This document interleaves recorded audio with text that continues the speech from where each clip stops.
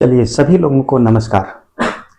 आज matter in surrounding का part third हम लोग शूट कर रहे हैं। उसी आधार पर जो पहले पढ़े थे मैटर पार्टिकल्स के बारे में, उसी पर अभी बहुत सारे क्वेश्चंस को देखने हैं। वही इसमें अभी जो क्वेश्चन है what about sugar and salt, कहता है कि शुगर और साल्ट के बारे में बता रहा है कि जब इसे कहता है when kept in different jars this take the shape of the jar are they solid. कहता है चीनी या नमक को अलग अलग डब्बों में रखने पर वह डब्बे का रूप ले लेता है, उसका आकार ले लेता है। क्या यह सॉलिड है? तो कहता है the shape of each individual sugar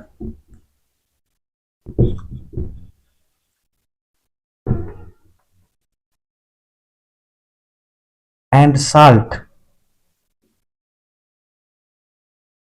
remain fixed. कहता है कि प्रत्येक शुगर का जो क्रिस्टल होता है या नमक का क्रिस्टल होता है उसका आकार बिल्कुल फिक्स्ड होता है, उसमें कोई फर्क नहीं आता है।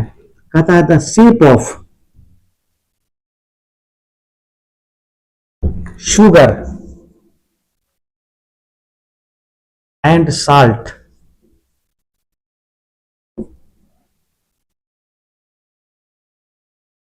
Remain unchanged. कहता the shape of sugar and salt remain unchanged when put in different jars show they are solid। कहता है कि चीनी और नमक को जब हम लोग अलग अलग डब्बे में रखते हैं तो देखते हैं कि आकार तो डब्बे के रूप में आ जाता है, लेकिन अगर एक दाना को हम लोग हटाकर देखेंगे, उसमें से निकाल कर देखेंगे तो देखते हैं कि रखने से पहले और रखने के बाद उसके आकार में कोई बदलाव नहीं आया। इसका मतलब क्या है? वह सॉलिड है। अगर उसका आकार फिक्स्ड है, shape and volume both are fixed, then they are solid. इसीलिए क्या है? वे सॉलिड हैं। नेक्स्ट क्वेश्चन है what about a sponge. What about a sponge? It is a solid, yet we are able to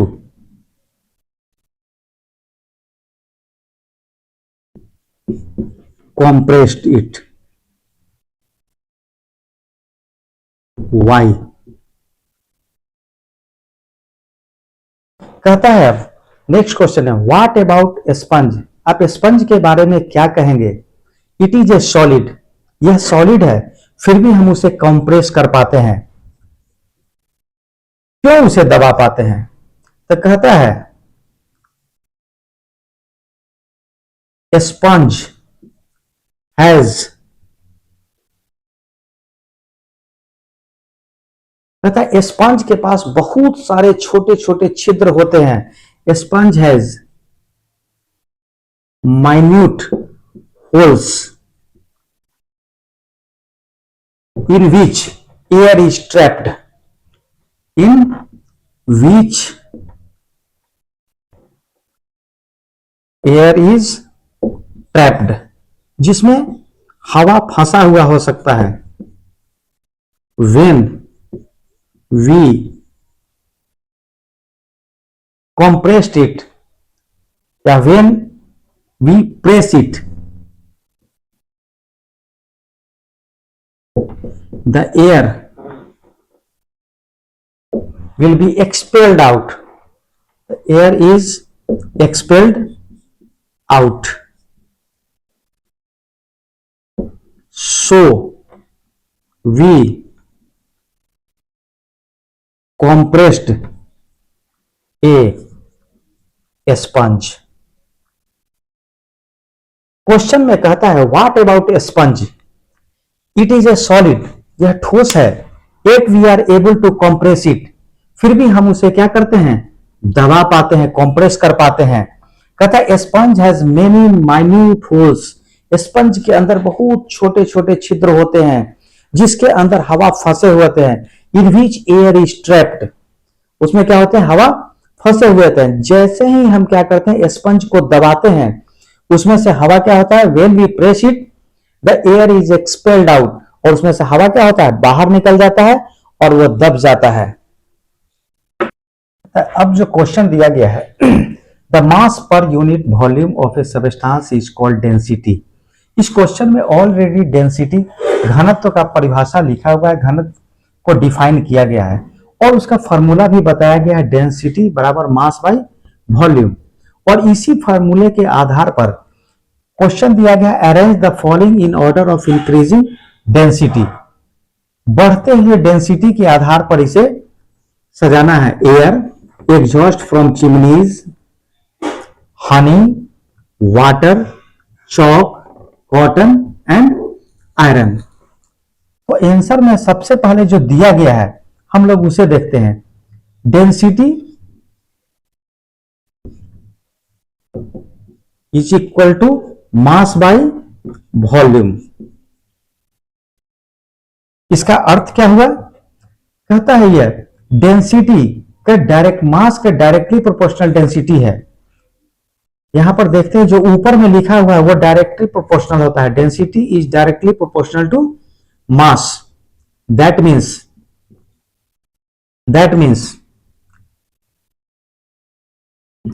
if mass increases, density also increases.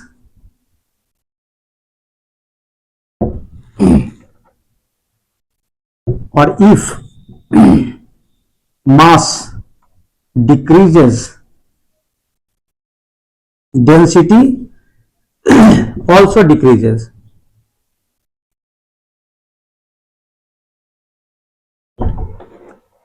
इसके विपरीत दिया हुआ है, density is inversely proportional to volume. इसका मतलब हो गया कि if volume increases, density decreases, और इफ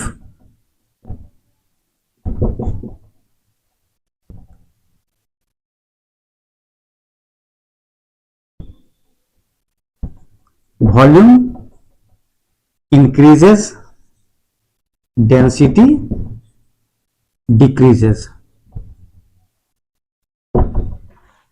कहता है अगर यह मास बढ़ेगा तो डेंसिटी भी बढ़ेगा, वॉल्यूम घटेगा तो डेंसिटी बढ़ेगा, वॉल्यूम बढ़ेगा तो डेंसिटी घटेगा। इसीलिए आप देखते होइएगा कभी गौर से कि डेंसिटी के आधार पर हम लोग तुलना करते हैं और बताते हैं कि अगर किसी वस्तु का डेंसिटी पानी के डेंसिटी से ज्यादा होता है तो वो डूब जाता है और कम होता है तो तैरने लगता है। और एक ही एग्जांपल लेते हैं, लोहा का एक कील लेते हैं, वो पानी में डूब जाता है, लोहा का जहाज नहीं डूबता है। क्यों नहीं डूबता है? लोहा का जहाज भारी होने के बाद भी नहीं डूबता है। इसका सिर्फ और सिर्फ एक कारण है, आपने उसके वॉल्यूम को क्या कर दिया, बहुत बड़ा कर दिया, उसका आकार बहुत बड़ा कर दिया। तो क्या हो गया, आकार बड़ा होगा तो डेंसिटी ऑलरेडी कम हो जाएगा। इसी आधार पर हमको बताना है, हमको दोनों चीज देखना है।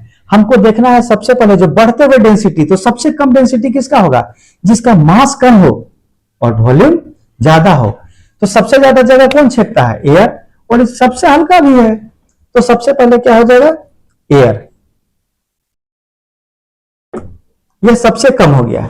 इससे बड़ा कौन होगा, यह भी देखिए, chimney from exhaust from chimney, जो चिमनी से निकलने वाला धुआं है वह भी हवा ही है, लेकिन उसमें क्या होते हैं, बहुत सारे पार्टिकल्स किचन से निकलने वाले चाहे जो धुआं निकलते हैं उसमें बहुत सारे छोटे छोटे कण होते हैं, तो आयतन बहुत ज्यादा होता है, वॉल्यूम बहुत ज्यादा होता है, लेकिन मास एयर से कुछ ज्यादा हो जाता है।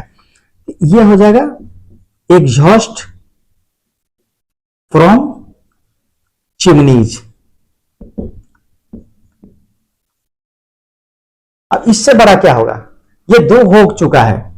अब देखना है हनी, वाटर, चौक, कॉटन, आयरन। कहता है हनी भारी है, पानी है, चौक, इससे क्या है, सबसे पहले आएगा कॉटन।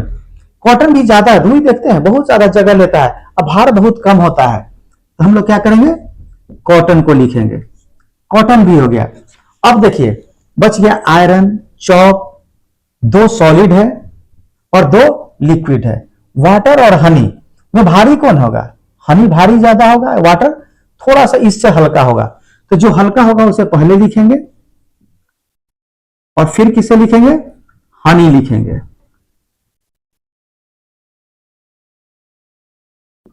अब दो सॉलिड में एक चौक है एक आयरन है, चौक हल्का है, आयरन भारी है, तो हल्का वाले को पहले लिख लेंगे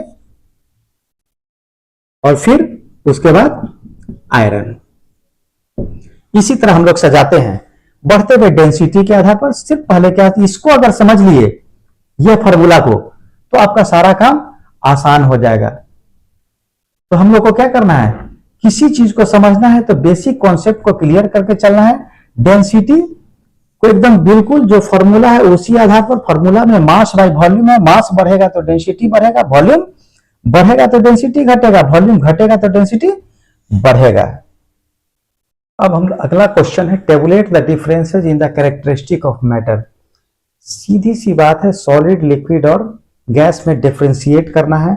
जो हम लोग पार्टिकल्स का नेचर पढ़े थे उसी आधार पर। तो तीन पार्ट में इसको बांटेंगे। पहला हो गया सॉलिड, इसको कर दिए लिक्विड, और यहां गैस।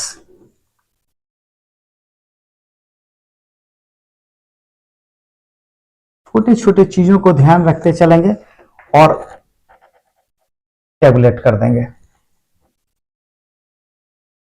सबसे पहला देखेंगे, हम आपको जिस समय डिफाइन किए थे सॉलिड, लिक्विड, गैस, उस समय पहले बताए थे वॉल्यूम और सेकंड में बताए थे शेप। तो सबसे पहले शेप ही देख लीजिए। सॉलिड का शेप क्या होता है, फिक्स्ड। लिक्विड का not fixed, gas not fixed.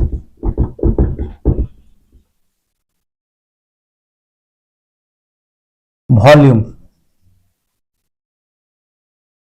Fixed पढ़ चुके हैं, लिक्विड में इसमें भी पढ़ चुके हैं, वॉल्यूम फिक्स्ड होता है, और गैस में नॉट फिक्स, दोनों में से कोई भी फिक्स नहीं होता है। तीसरा रिजिडिटी।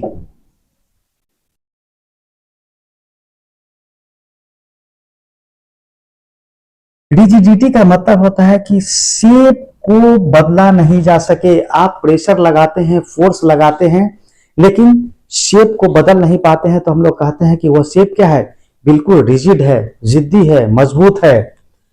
तो अगर मॉलिक्यूल्स बिल्कुल क्लोज क्लोज है सॉलिड में, तो शेप क्या क्या होगा, रिजिड होगा, आकार बिल्कुल फिक्स्ड होगा। या नॉट रिजिड, यह रिजिड नहीं होगा, यह मुलायम होगा, क्योंकि इसके मॉलिक्यूल लूजली पैक्ड होते हैं, इसके तो बिल्कुल फ्री होते हैं, तो यह भी रिजिड नहीं होगा। चौथा कॉम्प्रेसिबिलिटी, मतलब आप इसे कॉम्प्रेस कर सकते हैं कि नहीं, प्रेशर डालने पर या ताकत लगाने पर दबा सकते हैं कि नहीं। सॉलिड में नॉट कॉम्प्रेसिबल, यह कंप्रेसिबल नहीं होता है, यह बिल्कुल थोड़ा बहुत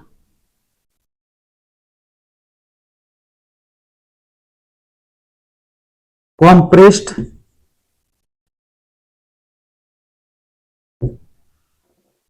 आप इसमें लिख सकते हैं कॉम्प्रेसिबिलिटी में compress to a little extent, compress to little extent, थोड़ा बहुत, हल्का फुल्का। और इसको क्या कर सकते हैं, मैक्सिमम कॉम्प्रेस्ड कर सकते हैं, मैक्सिमम कॉम्प्रेस्ड। चूंकि इसके पार्टिकल्स काफी दूर दूर होते हैं और आप उसे दबा सकते हैं, इसीलिए जब आप क्या करते हैं, एक पंप में, साइकिल के पंप में जब आप ऊपर से दबाते हैं तो बिल्कुल पार्टिकल्स क्या होते हैं, नीचे दबते चले जाते हैं और आकार छोटे आकार में भी ज्यादा होता है, ज्यादा गैस रह सकता है। इसके बाद आता है इंटरमॉलिक्यूलर स्पेस, इंटरमॉलिक्यूलर स्पेस। तो सॉलिड में बताए थे कि पार्टिकल्स क्या होता है, बिल्कुल क्लोजली पैक्ड होता है, बिल्कुल नजदीक नजदीक होता है।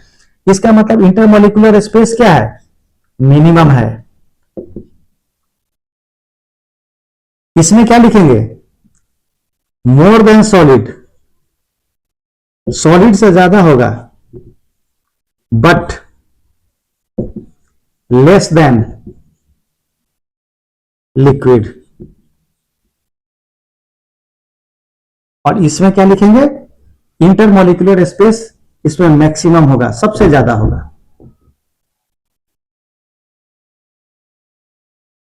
इंटरमॉलिक्यूलर फोर्स, इंटरमॉलिक्यूलर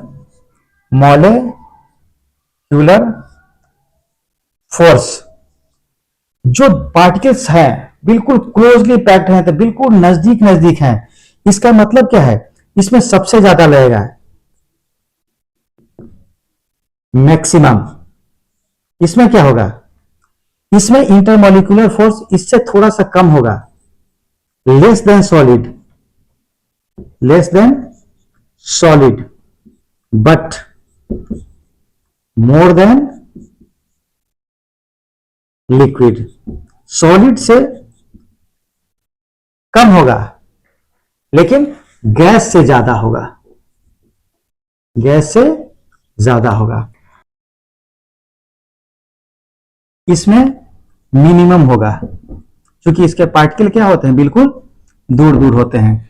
अगर इसको देखा जाए पूरे को, तो हम पहले ही पढ़ा चुके हैं शेप, इसके पार्टिकल्स काफी नजदीक नजदीक होते हैं, इसलिए शेप भी फिक्स्ड होगा और वॉल्यूम भी फिक्स्ड होगा।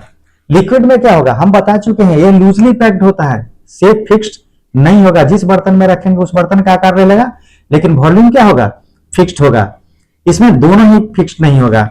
रिजिडिटी, जब इसके पार्टिकल्स काफी नजदीक नजदीक होंगे तो इसका स्ट्रक्चर रिजिड होगा, इसके शेप को बदला नहीं जा सकता है, लेकिन हम देखते हैं यह हिलते डुलते रहता है लिक्विड, इसलिए रिजिड नहीं है और यह तो गैस ही है। कॉम्प्रेसिबिलिटी, सॉलिड को हम कॉम्प्रेस नहीं कर सकते हैं, ताकत लगा के दबा नहीं सकते हैं, इसे कॉम्प्रेस टू लिटिल एक्सटेंट, बहुत थोड़ा बहुत दबेगा, यह मैक्सिमम दबेगा।